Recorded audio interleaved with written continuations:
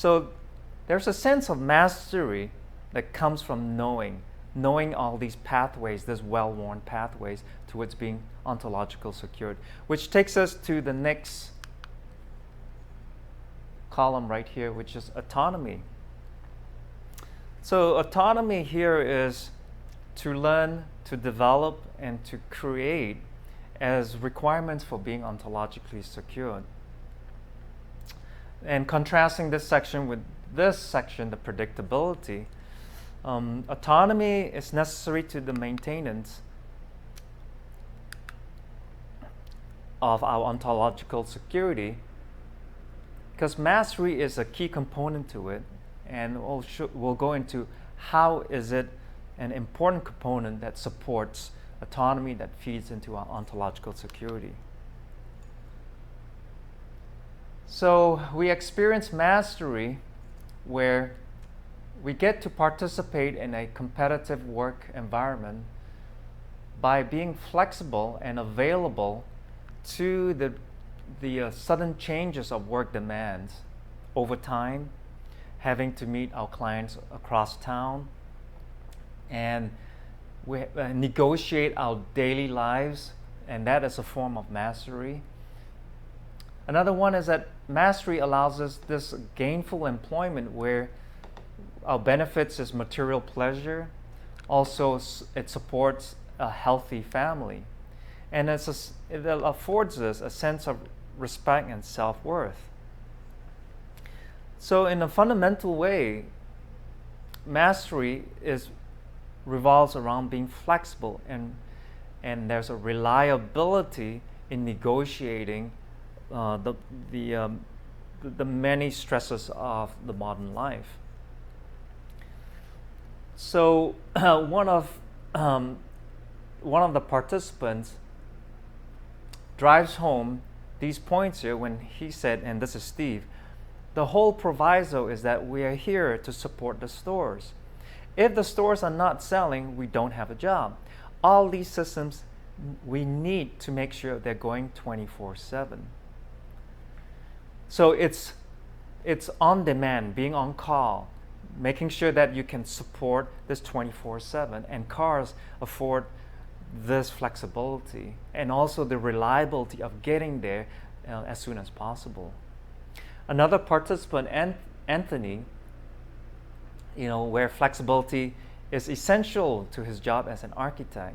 And Anthony's words are, see, I can get a call during the day, and it's like, no problem, I'll come and see you this afternoon, or whatever time you like.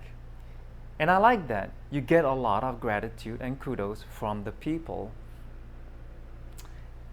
So gainful employment is described as integral to giving coherence, because it supports the material pleasures, the healthy family, and a sense of respect and self-worth. So the takeaway for this,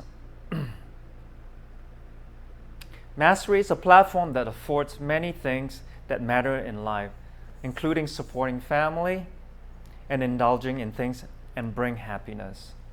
So the takeaway here is it affords the prerequisites for being in a competitive workforce, both materially and also in a sense of approval and a sense of moving up, not only just fitting in, but moving up through promotion. Let's take a look at the next component of autonomy, which is freedom.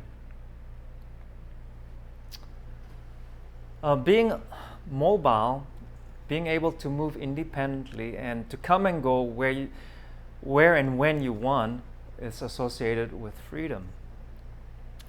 And also the car's association with freedom has been culturally driven in through films, through media, popular music, popular literature, and advertisements. So there's a strong link between our capitalistic structures of production, car use, and individual freedom. And let's get into that.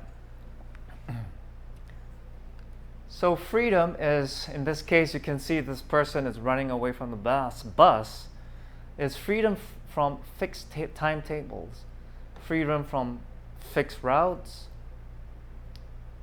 and especially when you have to making transfers, because there's no bus that can possibly take you exactly from door to door. And unwanted social interaction, such as sexual harassment, or a psychopath that is singing out loud in the bus, or a homeless person that smells pretty ripe, especially on a hot day. So there's a freedom to choose.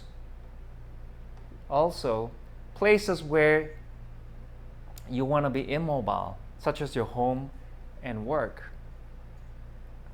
So the takeaway here is it affords flexibility required for modern life. There's some quotes from our participants.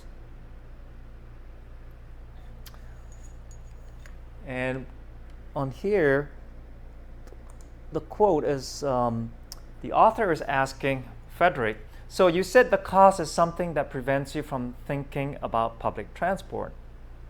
And Frederick's response is, that's why. Apart from the independence to say, well, what time do I have to leave to go catch the train in the morning? So freedom, in this case, relates to these right here, the timetables of fixed routes. Also, freedom extends beyond movement, but also the freedom to choose places.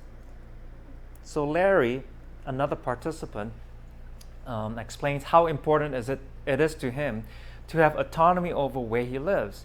And the author asks, have you ever considered moving closer to work? Larry's response was, no. I live where I want to live, and I work where the work is.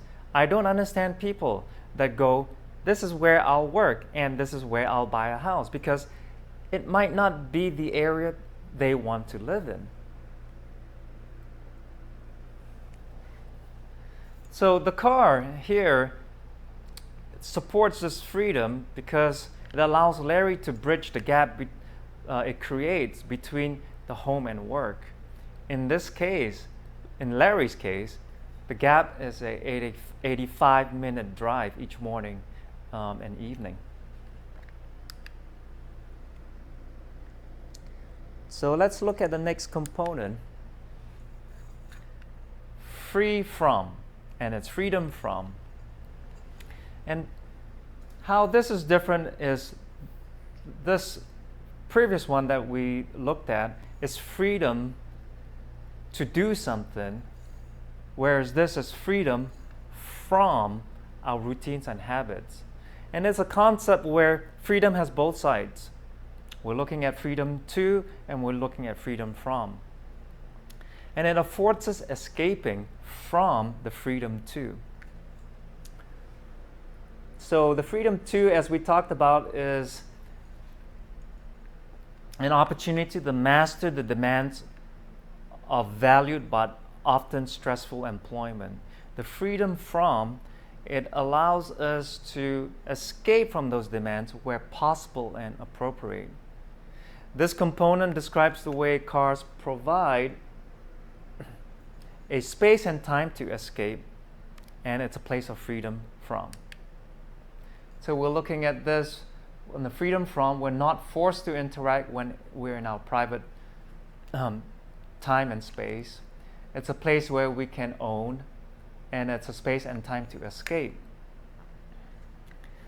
So some of the participants labeled this freedom from place as a time to zone out.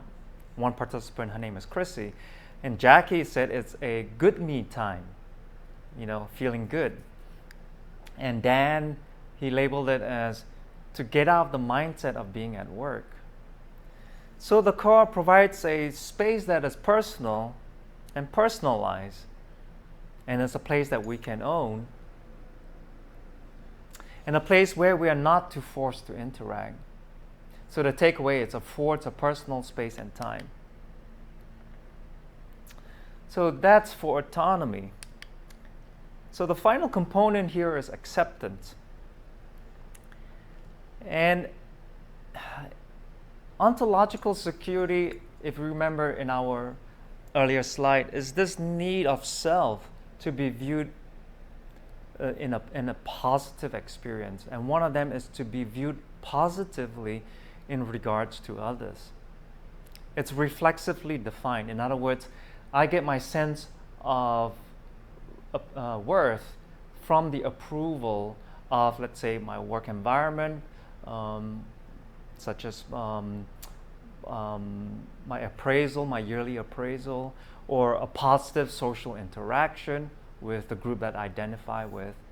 So it's reflexively defined, meaning that we pursue acceptance in accordance to our interpretation of what society defines as a secure life to be. So the role of car use in satisfying this need for acceptance is played out in different ways, including the desire for a sense of belonging and approval, the pursuit of prestige and status, as well as this internal need to maintain a sense of self-acceptance. And we'll cover that as we go down into the different components. And the first component is a sense of belonging. So there's an irony behind our human nature. While we want to pursue autonomy, there's also a yearning sense to pursue belonging. So we have both of them in competition. This sometimes can isolate us. This sometimes bring us into a collective relation with each other. And it's finding this balance between those two. So it's this dream, and one person, this one cited researcher, Bauman, refers this as a dream of belonging and a dream of self-assertion, which is autonomy. So the participants that demonstrated this need to belong and interact with other people, and how the car facilitates this in several ways. So on a purely utilitarian way, the car use enables us to negotiate space and time to physically be with other people. So, for example, many participants had the option to work from home. However, they rejected this because they would miss out on in terms of an office interaction with other people, because they valued that as being part of a social group. So let's take a look at belonging again. As you can see, this person is sticking out, because he does not have the same attire. It's a sense of belonging is to be with others. It's also a socially acceptable mode of transportation by using cars. We don't arrive in our bicycle with a helmet and being sweaty to a meeting, for instance, and everybody is not sweating and they are in their office attire, pressed down and unruffled. And also, there was one participant that said that he pitied people who took public transportation. So there's this sense of being cast as the other. Another one is maintaining and conforming our appearance. As I mentioned, not being sweaty, not being in a sports attire in an inappropriate place, and not having this disheveled look. So the takeaway for this is that it preserves our in-group status and belonging, and that's how car use facilitates this preservation. One of the, going back to what I mentioned about the participant othering the other person for not using cars, Larry, for example, he describes feeling sorry for people waiting in the hot sun or pouring rain, waiting for a bus. Another participant, Harry, associates the use of alternate transport with abnormality. Harry's quotes were, "When I was at university, I had this professor, who used to cycle, and I always thought he was a bit nutty. Why ride a bicycle?" So in a related way, the participants felt that cars maintain a certain appearance. Being sweaty and looking strange in sporting attire, for example, was suggested to be preludes to being rejected in some way. And participants often express the idea that the use of alternate transports would impact negatively on their physical presentation. This is reinforced further by Diane in her emotive response to alternate transports. She said, "The hair! There is no way I would wear a bike helmet and, have your hair like that. Not that wouldn't happen to me. And the makeup. But seriously, how I go to work is not conducive to riding a bike. Like what I wear, makeup, hair, everything. We are a corporate here." So again, the takeaway here is it preserves in-group status and belonging.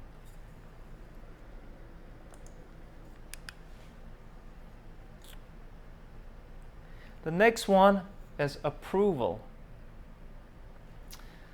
In the study, the participants described the importance of gaining approval for others. Often they are family or colleagues. So, for example, one of the participants named Anthony, he mentioned that the ability to impress clients by bending time around their demands gives him kudos.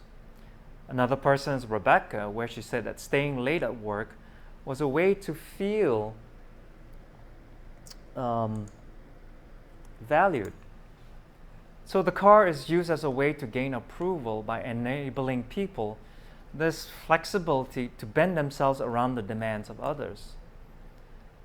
People constantly indicated that flexibility and reliability afforded by the automotive, they were integral to establishing rapport and maintenance of reputation. So let's take a look at that right here. You can see this person is walking late at night. There's no other cars. So obviously the suggestion here is that he's walking to his car after working late hours. So as an approval, seeking approval, that feeds into our self-acceptance or acceptance by others, we want to ensure that cars will give us flexibility in our schedule and also ability to work overtime. And part of this flexibility too is ensuring that you don't stand up in the middle of a meeting and say, "I have to leave, my bus is about to go, it's the last bus that could give me a shortened commute versus a very long commute or protracted commute towards home." So it preserves, the takeaway here is it preserves the reflected sense of self. Let's take a look at the last one, self-care. Under acceptance. So self-pride is inherent to our capacity to being ontologically secure. In short, I need to accept myself if I want to be ontologically secure. So this sense of pride is exhibited through forms of self-nurturing acts of self-care. And in self-care, I'm motivated to minimize discomfort not related to something that is important. So for instance, I'm willing to study late at night, which is a discomfort, in order to get a license or be certified in a profession. But if it does not lead to that, I would not experience that discomfort. And so let's take a look at how do we maintain self-care in warding off the discomforts that do not lead us to goals in life. So self-acceptance from self-nurturing is that we use the car as a way to avoid hot weather, rain, avoid unaccustomed interaction, and also it enhances promotion, which leads to self-nurturing that feeds into self-care. So our takeaway here is that it avoids unnecessary daily disturbances to equanimity. Going back to our earlier description, equanimity is this resilience to daily disturbances, especially by the unknown. So some of the participants reinforce these points here with their own quotes. One of them is expressed by Frederick, and his words is, "I could, in terms of viability, alternate transport would get me to work, but in terms of comfort, I really prefer the car. I am being selfish because I am in my car and on my own. But I think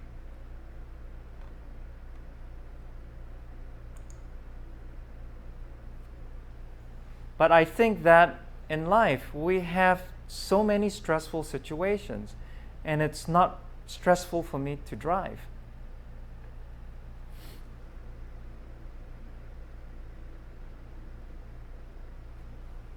So as you can see, the human desire to nurture and to protect the self, it's a very natural thing.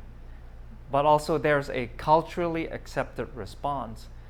And for many, driving a car in itself, it's a practice of self-nurturing. It's a culturally accepted response to its self-nurturing. And the recognition of this embeds car deeper into the everydayness of modern life.